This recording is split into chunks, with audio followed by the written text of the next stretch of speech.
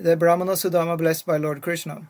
Lord Krishna, the Supreme Personality of Godhead, the Supersoul of all living entities, knows everyone's heart very well. He is especially inclined to the Brahmana devotees. Lord Krishna is also called Brahmanya Deva, which means that he is worshipped by the Brahmanas. Therefore it is understood that a devotee who is fully surrendered unto the Supreme Personality of Godhead has already acquired the position of a Brahmana. Without becoming a Brahmana, one cannot approach the Supreme Brahman, Lord Krishna. Krishna is especially concerned with vanquishing the distress of his devotees.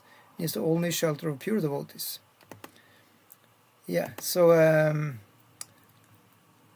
Krishna engaged for a long time in talking with Sudāmā Vipra about their past association. Then, just to enjoy the company of an old friend, Lord Krishna began to smile and asked. So now I'll have the voice of Lord Krishna here as good as I can. My dear friend, what have you brought for me? Has your wife given you some nice eatable for me? While addressing his friend, Lord Krishna looked upon him and smiled with great love. He continued, My dear friend, you must have brought some presentation for me from your home. Lord Krishna knew that Sudāmā was hesitating to present him with the paltry chipped rice, which was actually unfit for his eating. Understanding the mind of Sudāmā Vipra, the Lord said, My dear friend, I am certainly not in need of anything. But if my devotee gives me something as an offering of love, even though it may be very insignificant, I accept it with great pleasure. On the other hand, if a person is not a devotee, even though he may offer me very valuable things, I do not like to accept them. I actually accept only things offered to me in devotion and in love. Otherwise, however valuable a thing may be, I do not accept it. If my pure devotee offers me even the most insignificant things, a little flower, a little piece of leaf, a little water, but saturates the offering in devotional love, then not only do I gladly accept such an offering, but I eat it with great pleasure. So, Lord Krishna assured Sudāmā Vipra that he would be very glad to accept the chipped rice he had brought from home. Yet out of great shyness, Sudāmā Vipra hesitated to present it to the Lord. He was thinking, how can I offer such an insignificant thing to Krishna? And he simply bowed his head. Lord Krishna, the Supersoul, knows everything in everyone's heart. He knows everyone's determination and everyone's want. He knew, therefore, the reason for Sudāmā Vipra's coming to him. You remember the backstory? He came because the wife thought he should get some money. He knew that driven by... Very interesting, but now my mom came, so I have to leave. Oh, no. Okay, yeah, please just give me blessings and I'll continue for another half an hour. Yeah, have you very good blessings for your show. Thanks so much. I catch up with you later. Yes, we'll catch up. Okay, so Krishna, he knew, therefore, the reason for Sudāmā Vipra's coming to him. He knew that, as his very dear class friend, he knew that Sudāma's love for him as a friend was never tainted by any desire for material benefit. Krishna thought, Sudāmā has not come asking anything from me. Being obliged by the request of his wife, he has come to see me just to please her. Lord Krishna therefore decided that he would give more material opulence to Sudāmā Vipra than connected to my own phone. Now we're good to go again. So let's see, I'm lagging a little bit behind. YouTube is complaining you don't get enough video. Let's see if we can survive this transfer. How are we doing now? Okay, let's see.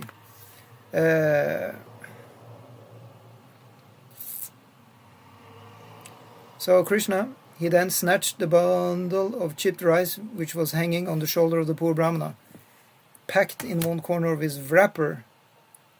So to this day I don't know what a wrapper means. If anybody is Einstein in English, you can tell me.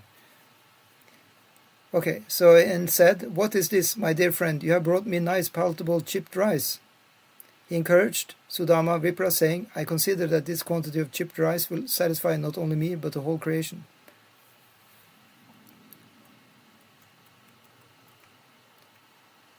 Okay, so it's because Krishna is, Bhavagrahi Janardana. He just takes the mood of devotion. It is understood from this statement that Krishna, being the original source of everything, is the root of the entire creation. As watering the root of a tree immediately distributes water to every part of the tree, so an offering made to Krishna or any action done for Krishna is to be considered the highest welfare work for everyone, because the benefit of such an offering is distributed throughout the creation. Did you hear that? So if you make an offering to Krishna, then everybody else will also get some benefit from that. That's the idea. Yasmin tushte jagat tushte. It said that if God is satisfied, the whole universe is satisfied. By that means by someone's devotion, it can give good effects for everybody else also. While Lord Krishna was speaking to Sudāmā Vipra, he ate one morsel of chipped rice from his bundle, and when he attempted to eat a second morsel, Rukmini Devi, the goddess of fortune herself, checked the Lord by catching hold of his hand. After touching the hand of Krishna, Rukmini said, "My dear Lord, this one morsel of chipped rice is sufficient to cause him who offered it to become very opulent in this life and to continue his opulence in the next life. My Lord, you are so kind to your devotee that even this one morsel of chipped rice pleases you very greatly, and your pleasure assures the devotee opulence in both this life and next." This indicates that when food is offered to Lord Krishna with love and devotion, and he is pleased and accepts it from the devotee, Rukmini Devi, the goddess of fortune, becomes so greatly obliged to the devotee that she has to go personally to the devotee's home to turn it into the most opulent home in the world. If one feeds Narayan sumptuously, the goddess of fortune Lakshmi automatically becomes the guest in one's house, which means that one's home becomes opulent. The learned Brahmana Sudāmā passed that night at the house of Lord Krishna, and while there he felt as if he were living on a Vaikuntha planet. So he slept over, and he had a nice room and bed. Actually, he was living in Vaikuntha, because wherever Lord Krishna, the original Narayan, and Rukmini Devi, the goddess of fortune, live, is not different from the spiritual planets, Vaikuntha Loka. So Vaikuntha Loka is in the spiritual sky, and there is no birth or death there, and everybody is happy. Okay, so let's see further on here, some more info. The learned Brahmana Sudāmā did not appear to have received anything substantial from Lord Krishna while at his palace. Yet he did not ask anything from the Lord. So in other words, Krishna didn't hand him any cash or any jewels, gold, or nothing. Next morning he started for his home, thinking always about his reception by Krishna, and thus emerged in transcendental bliss. All the way home, he simply remembered the dealings of Lord Krishna, and he felt very happy to have seen the Lord. So what is going on in Sudāmā Vipra's mind? We'll hear. The Brahmana taught, I'll try and mimic his voice. "It is most pleasurable to see Lord Krishna, who is most devoted to the Brahmanas. How great a lover he is of the Brahminical culture. He is the supreme Brahman himself, yet he reciprocates with the Brahmanas. He also respects the Brahmanas so much that he embraced to his chest such a poor Brahmana as me, although he never embraces anyone to his chest except the goddess of fortune. How can there be any comparison between me, a poor sinful Brahmana, and the Supreme Lord Krishna, who is the only shelter of the goddess of fortune? And yet, considering me a Brahmana, with heartfelt pleasure he embraced me in his two transcendental arms. Lord Krishna was so kind to me that he allowed me to sit on the same bedstead where the goddess of fortune lies down. He considered me his real brother. How can I appreciate my obligation to him? When I was tired, Srimati Rukmini Devi, the goddess of fortune, began to fan me, holding the chamara whisk in her own hand. She never considered her exalted position as the first queen of Lord Krishna. I was rendered service by the Supreme Personality of Godhead because of his high regard for the Brahmanas, and by massaging my legs and feeding me with his own hand, he practically worshipped me. Aspiring for elevation to the heavenly planets, liberation, all kinds of material opulence, or perfection in the powers of mystic yoga, everyone throughout the universe worships the Lord, the lotus feet of Lord Krishna. Yet the Lord was so kind to me that he did not give me even a farthing, knowing very well that I am poverty-stricken man, who, if I got some money, might become puffed up and mad after material opulence and so forget him. The statement of the Brahmana Sudāmā is correct. An ordinary man who is very poor and prays to the Lord for benediction in material opulence, and who somehow or other becomes richer in the material opulence, immediately forgets his obligation to the Lord. Therefore, the Lord does not offer opulences to his devotees unless the devotee is thoroughly tested. Rather, if a neophyte devotee serves the Lord very sincerely and at the same time wants material opulence, the Lord keeps him from obtaining it. So I'll repeat that one. Rather, if a neophyte devotee serves the Lord very sincerely and at the same time wants material opulence, the Lord keeps him from obtaining it. So in other words, a devotee can remain poor, but that's a special installment by the Lord for humbling his devotee, making him more actually advanced. But as we read here, advanced devotees who already are established in a relationship with the Lord, they can have all the opulence in the world. Thinking in this way, the Lord Brahmana gradually reached his own home, but there he saw that everything was wonderfully changed. He saw that in the place of his cottage there was big palaces made of valuable stones and jewels, glittering like the sun, moon, and rays of fires. Not only there were big palaces, but at intervals there were beautifully decorated parks, in which many beautiful men and women were strolling. In those parks there were nice lakes, full of lotus flowers and beautiful lilies, and there were flocks of multicolored birds. Seeing the wonderful conversion of his native place, the Brahmana began to think to himself, "How am I seeing all these changes? Does this place belong to me or to someone else? If it is the same place where I used to live, then how has it so wonderfully changed?" Okay. While the learned Brahmana was considering this, a group of beautiful men and women with features resembling those of the demigods, accompanied by musical chanters, approached to welcome him. All were singing auspicious songs. The wife of the Brahmana was very glad on hearing the tidings of her husband's arrival, and with great haste she came out of the palace. Now, listen to this. The Brahmana's wife appeared so beautiful that it seemed as if the goddess of fortune herself had come to receive him. So in other words, she had completely updated her wardrobe and even her bodily features. As soon as she saw her husband become present before her, tears of joy fell from her eyes, and her voice became so choked up that she could not even address her husband. She simply closed her eyes in ecstasy. But with great love and affection she bowed down before her husband, and within herself she thought of embracing him. She was fully decorated with a gold necklace and ornaments, and while standing among the maidservants she appeared like a demigod's wife, just alighting from an airplane. That's the first time I hear this word, alighting. What does that mean? Should I look it up? Okay, just quickie. Alighting.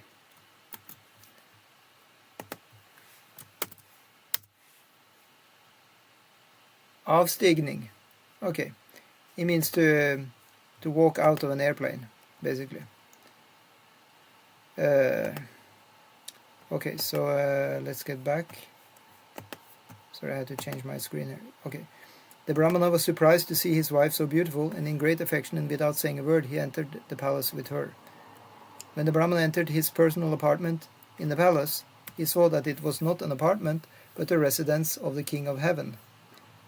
So remember, he was living in a broken cottage before, dripping sometimes from drops of rain coming in the roof, not having nothing to eat but some old rice, maybe one vegetable would last for a whole week, and they were so thin, emaciated physically, that it's explained that he was shaking out of hunger and like that. His body simply didn't work properly because of malnutrition, undernutrition, and his wife ditto. So in that way, everything is changed now. They're very healthy. Their bodies are healthy. Their clothes have become great. Actually, it said that first the Brahmana, he came and his clothes was still the same and his body was still the same. Old clothes, and his body was emaciated. But after his wife recognized him and they met, then he also upgraded his body and clothes by magic, really. And the explanation from our acharyas is that otherwise the wife would not initially recognize him if he would have come in a new opulent dress and with a new fresh body. So that happened afterwards. Yeah. So when the Brahmana entered his personal apartment in the palace, he saw that it was not an apartment but the residence of the King of Heaven. The palace was surrounded by many columns of jewels. The couches and the bedsteads were made of ivory and bedecked with gold and jewels, and the bedding was as white as a foam of milk and as soft as a lotus. There were many whisks hanging from golden rods. Don't ask me what that is. And many golden thrones with sitting cushions as soft as lotus flowers. In various places there were velvet and silken canopies with laces of pearls hanging all around. I cannot even imagine how that looks, but it sounds good. The structure of the building stood on excellent transparent marble, with engravings made of emerald stones. All the women in the palace carried lamps made of valuable jewels. So apparently he got also a lot of maid servants there. The flames and the jewels combined to produce a wonderfully brilliant light. Interesting. When the Brahmana saw his position suddenly changed to one of opulence, and when he could not determine the cause for such a sudden change, he began to consider very gravely how it had happened. He thus began to think. So now I will not longer have, this kind of poor voice, because he's not poor anymore. From the beginning of my life, I have been extremely poverty-stricken. So what could be the cause of such great and sudden opulence? I do not find any cause other than the all-merciful glance of my friend Lord Kṛṣṇa, the chief of the Yadu dynasty. Certainly these are gifts of Lord Krishna's causeless mercy. The Lord is self-sufficient, the husband of the goddess of fortune, and thus he is always full with 6 opulences. He can understand the mind of his devotee, and he sumptuously fulfills the devotee's desires. All these acts of my friend Lord Kṛṣṇa. All these are acts of my friend Lord Kṛṣṇa.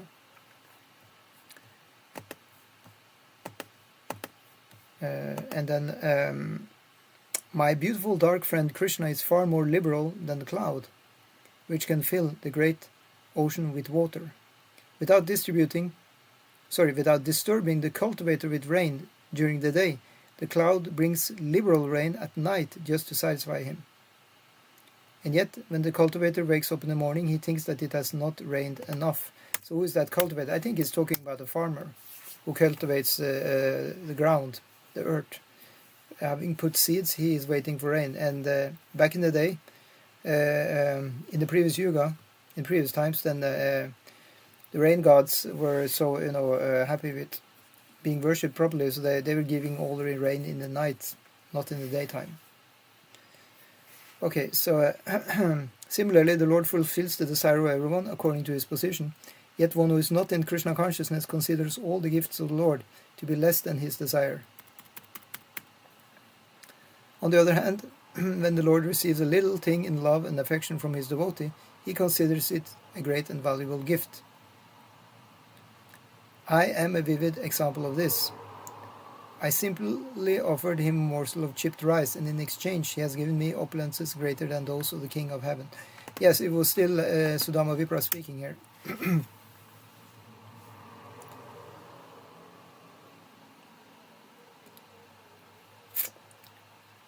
What the devotee actually offers the Lord is not needed by the Lord, for he is self-sufficient. If the devotee offers something to the Lord, it acts for his own interest, because whatever a devotee offers the Lord comes back in a quantity 1,000,000 times greater than what was offered.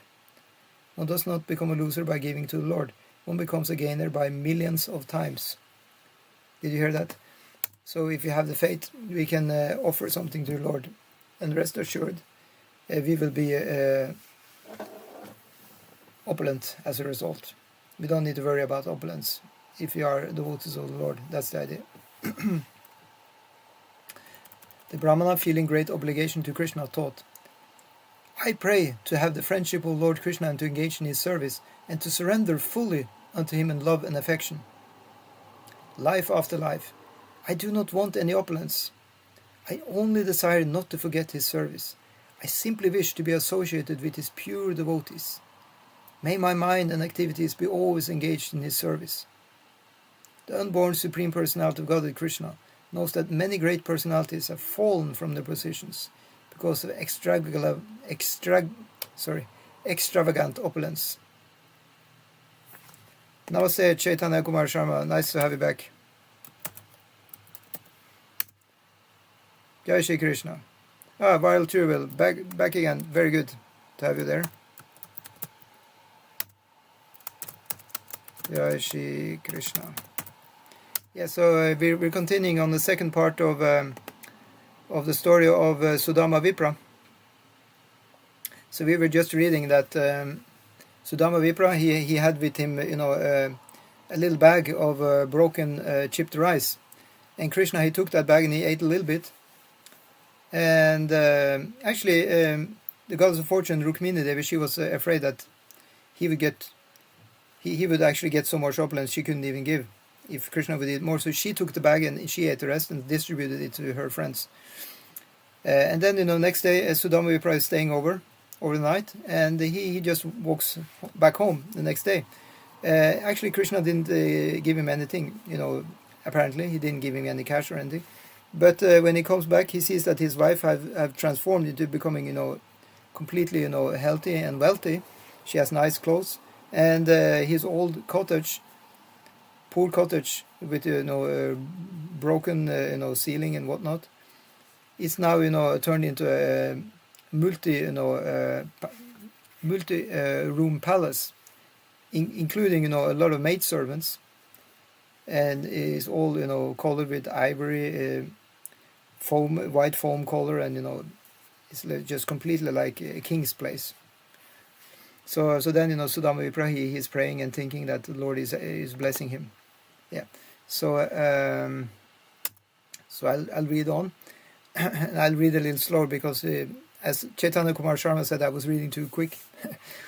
I had to work now to read properly, slow, not too slow, not too quick. Okay. The learned Brahmana thus concluded that whatever opulences he had received from the Lord should be used not for his extravagant sense gratification, but for the service of the Lord. Yeah, Wild Tuber, the guy who was with me yesterday, he just needs to have a break. He's just listening today. Actually, I had two people with me, and the other one is also had to take a break because he got a visit from his mother. So you have to stick with me today. But if you hang on, you could join our WhatsApp group, and from there I can send you my Zoom link, so you can join in the future, if you like. Live on Zoom, you can talk there.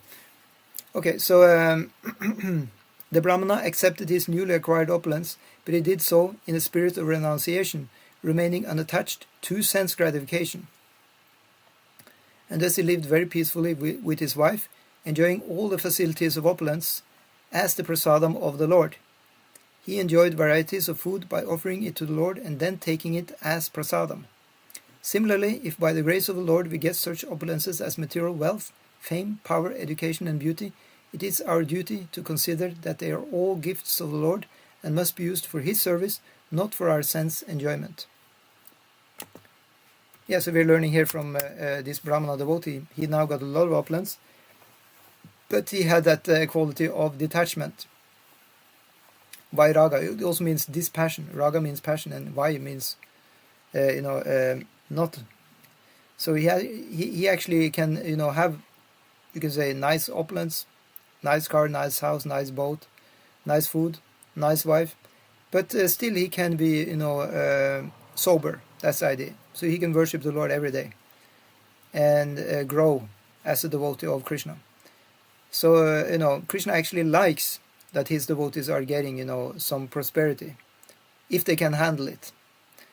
That's the case, because Krishna explained earlier here that for people who don't know how to handle opulence, they may become, lusty and greedy and stuff like that when they get a lot of money. So these devotees who are kind of immature, Krishna will actually keep them poor for the time being, not forever, but for the time being, so that they can become, more sense controlled and humble. But when they are able to, deal with themselves properly, then Krishna will also want them to have, enough opulence, because he loves his devotees. But the devotee will not, be forgetting the Lord when he has all this opulence. That's actually the main idea. He doesn't forget Krishna. The learned Brahmana remained in that position, and thus his love and affection for Lord Krishna increased day after day. It did not deteriorate due to great opulence. Material opulence can be the cause of degradation and also the cause of elevation, according to the purposes for which it is used. If opulence is used for sense gratification, it is the cause of degradation, and if used for the service of the Lord, it is the cause of elevation. It is evident from Lord Krishna's dealings with Sudāmā Vipra that the Supreme Personality of Godhead is very, very pleased with the person who possesses Brahminical qualities. A qualified Brahmana like Sudāmā Vipra is naturally a devotee of Lord Krishna. Therefore it is said, Brahmano Vaishnavaha, a Brahmana is a Vaishnava. Or sometimes it is said Brahmana Panditaha. Pandita means a highly learned person. Oh, so you went to Iskcon today and had Prashanam. Very good, Chaitanya Kumar Sharma. Nice to hear. Pandita means a highly learned person. A Brahmana cannot be foolish or uneducated. Therefore, there are two divisions of Brahmanas, namely Vaishnavas and Panditas. Or as we say, Pandits. Yeah. Those who are simply learned are Pandits, but not yet devotees of the Lord, or Vaishnavas. Lord Krishna is not especially pleased with them. Simply the qualification of being a learned Brahmana is not sufficient to attract the Supreme Personality of Godhead. Not only must the Brahmana be well qualified according to the requirements stated in scriptures such as Srimad Bhagavad Gita and Srimad Bhagavatam, but at the same time he must be a devotee of Lord Krishna. The vivid example is Sudāmā Vipra. He was a qualified Brahmana and attached to all sorts of material sense enjoyment, and at the same time he was a great devotee of Lord Krishna. Lord Krishna, the enjoyer of all sacrifices and penances, is very fond of a Brahmana like Sudāmā Vipra. And we have seen by the actual behavior of Lord Krishna how much he adores such a Brahmana. Therefore, the ideal stage of human perfection is to become a Brahmana Vaishnava like Sudāmā Vipra. Sudāmā Vipra ki jai. Sudāmā Vipra realized that although Lord Krishna is unconquerable, he nevertheless agrees to be conquered by his devotees. He realized how kind Lord Krishna was to him, and he was always in trance, constantly thinking of Krishna. By such constant association with Lord Krishna, whatever darkness or material contamination remained within his heart was completely cleared away, and very shortly he was transferred to the spiritual kingdom, which is the goal of all saintly persons in the perfectional stage of life.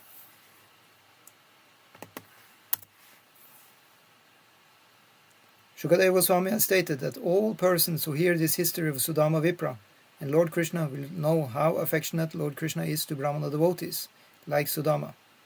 Therefore, anyone who hears this history gradually becomes as qualified as Sudāmā Vipra and is thus transferred to the spiritual kingdom of Lord Krishna. Thus end the Bhaktivedanta purport of the 81st chapter of Krishna, Sudāmā Vipra blessed by Lord Krishna. So we're finished with the chapter. And now I can ask you if there is any comments or questions. So I'm asking you who are in the chat, if you have some questions or comments, we can take them. I just also want to say that Prabhupada is saying in the comment here that if you just hear this story, we can actually become qualified as Sudāmā Vipra. So this is called, the chapter was giving, in other words, it's called Pala Shruti. Yeah, it means Pala means fruit, and Shruti means of hearing. So the fruit of hearing this chapter is that you can become the next Sudāmā Vipra. That's very funny. Isn't that good? Yeah. So the thing is, it's starting in the mind. How we are, what we are going to be in life. It starts with our thinking, and then the gross body is coming secondary always. So if you think like him, you will become like a Brahmana, and be very grateful to the Lord and very happy to see him and stuff like that. All these nice moods and sentiments, they will grow inside of us by this kind of association. And conversely, if one some or other associates with let's call a spade for a change, demons. Listen to the demons' music or demons' talks or whatever, and start just associating with that kind of vibes, then that will also grow inside the mind. So association is really the game here to change one's future, actually. So forget it, that you're not born in a family of Brahmanas. I mean, who is born in a family of Brahmana anyway? And those who are born in family of Brahmanas, sometimes they're not getting Brahminical training anyway. So we are getting our Brahminical training by following these instructions in the Bhagavatam. And basically it can all be boiled down to two things. One is to chant the whole name, and the other one is to be merciful to other living entities. That's stated by Sanatana Goswami. Actually, all the 6 Goswamis, they stated this to be kind of the essence. Not just kind of the essence, but the real essence. To enjoy, chanting the whole name, that means actually to be with Krishna in his form as the whole name. And then the second is to treat other people like one would treat oneself, with utmost respect and compassion. That will make one dear to Lord Krishna. Okay, we have a question here. Chaitanya Kumar Sharma says, why didn't Sudāmā visit Krishna when he was young? He only visited when he was older. Yeah, exactly. So the reason was that his wife, she was, hanging in there for a long time without saying anything. Okay, so now it's revealed that both are good guests in the chat box. Chaitanya Kumar Sharma and Viral Tuber are Brahman. So I understand now why you like to hear, the Krishna Katha, because it's a real blessing to be born in Brahman family.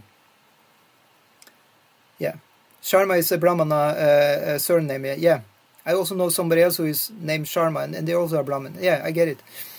So you are blessed by because as I've heard, is that people born in Brahmana families, they are introduced to scripture as children, and they are getting Upanayam Samskara, they're getting the sacred thread, and they are learning, prayers and stuff like that. In that way, you have a very nice entrance to God. Learning God from, the Puranas, the Vedas, Mahabharata, maybe Ramayana, like that. This is very fortunate. Yeah. So yeah, that was my answer. So he didn't visit actually because his wife didn't ask before now. Yeah. You're coming from the yeah. Sudāmā was he was a bit shy to ask Krishna for anything, and yeah. That's the point. He was very renounced, and he didn't actually want to bother Krishna with nothing. Okay, so again, I just have 5 percentage left in my phone. I need to buy a charger. I was going to buy a charger today in Euro price, but I came a little bit too late because the shop was closing 6 o'clock. I'm also running out of battery here. Yeah, so but I think we'll go on for 5 minutes more. So I think it will last, hopefully. Usually, if 5% left, I can last for 10 minutes. Yeah. So yeah. So the point is, you're coming from nice, lineage all the way back to Parashuram. So then you have a great blessing that you have a more easy entrance to the practice of Shastra, of hearing the Katha. So please keep on blessing us with your association. We are happy that you come here, and by your presence, then you are keeping the spirit alive, because we need association, in order to thrive. As you know, we are trying to become the devotees of Krishna, and association is very much helpful, isn't it, Christopher Prabhu? Yes, it's very important. I mean, sometimes we like to think otherwise, that we can survive alone, but I've tried that. After a few days, it doesn't really work. Even if you can manage a few days, like just one day, I think it's a lot. Isn't it? Yeah. Sometimes people are complaining about the internet, but I actually like to think that, you can view a thing like if the Achman cup is half full or is it half empty. I always take it from that it's half full. So internet can actually be used very nicely to have, association with other devotees. Yeah. And you can learn everything there actually. So in that way, internet is also a blessing from the Lord. It is an opulence, actually. We can now communicate with people all over the world in no time. Yeah. Thank you. Yeah, we should always stay positive. So that is actually a Brahminical outlook also. Whatever happens to us, we can take that as something we can grow from. It can be a stepping stone to success, whatever really is happening. That it said that actually, yeah. No, he's satisfied. He's like always looking. Always satisfied, yeah. Yeah, so a Brahmana like that. It said actually the Brahminical qualification is that he's never depressed. Actually, a real Brahmana will always be sharp in the mind. Yeah. Oh, you say you're from Bharat. Very nice. So that means India. Yeah, Bharat Varsha. Very good. Bharat is the place to be. Yeah. Yes. So, any further questions or comments? So I may even say what we're going to have next time. So next time it's going to be about let's see, after the story of Sudāmā Vipra, what do we have? Just give me a second. It's going to be Krishna and Balaram meets the inhabitants of Vrindavan. See, Krishna and Balaram, they left Vrindavan in order to come to Mathura and fight and like that. But they're going to meet the inhabitants of Vrindavan again. They're not going to go back to Vrindavan, but where are they meeting them? You remember? They're meeting them in the because there is a huge eclipse coming, sun eclipse. And at that time, when there was a sun eclipse, it was like inauspicious, so they have to do a nice sacrifice. So they're going to a place of sacrifice. It's called Samanta Panchaka. Yeah. So all the others are going there. All the different covered people are going there, and Krishna is going there, with all his crew from Dwarka. And then the gopis from Vrindavan, they also take their chance to go there to see Krishna again. Yeah. So we're almost at the end of the book, right? We're actually almost at the end of the book. Yeah. We just have like 10 chapters maybe max. Yeah. Left. Oh wow. Yeah. Because I just remember that this they meet the Vrindavan devotees at the very, very end, and Vasudeva gets some instruction, and Narada also, I think. Yeah. Or Nandana. Nandana, yeah. You see, the two fathers of Krishna are meeting up, and they are having an exchange, very loving exchange there. Yes, they are very good. They are friends. Yeah, and also Yashodamaya, the mother of Krishna in Vrindavan, and Devaki, they're also meeting up. Yeah. And they have an incredible, heartfelt exchange with tears and stuff like that. Yes. And Krishna and Balaram, they come, and they agree to. Actually, they immediately just sit on the lap of their mother, and she is beyond happy like that. Yeah, it's a very sweet pastime, really. So please stay tuned for tomorrow, and we will dive right into that. Of course, sometimes we say, Krishna willing. Because you never know what can happen, but if anything goes as planned, we will be back. And actually, we're really going to do now every day at 8 o'clock. That's going to be the standard time. Yeah. It's almost a bit late for me, I think. It's a bit late. Okay, we can take it earlier then. We can try and have a 7:30 or 7. Because I was falling asleep as you were starting the lecture almost, because I was kind of tired. Right. Maybe we should say 7. I try 7 tomorrow. Okay. I don't know. It's almost like time for finishing the day at that time. Right. I was thinking more like 2 o'clock or. All right. I mean, I think you're very Brahminical or very sattvic, so you like more having in daytime. That's good, actually. I think we need to have a discussion about that. But until now, I think we'll just stick with this.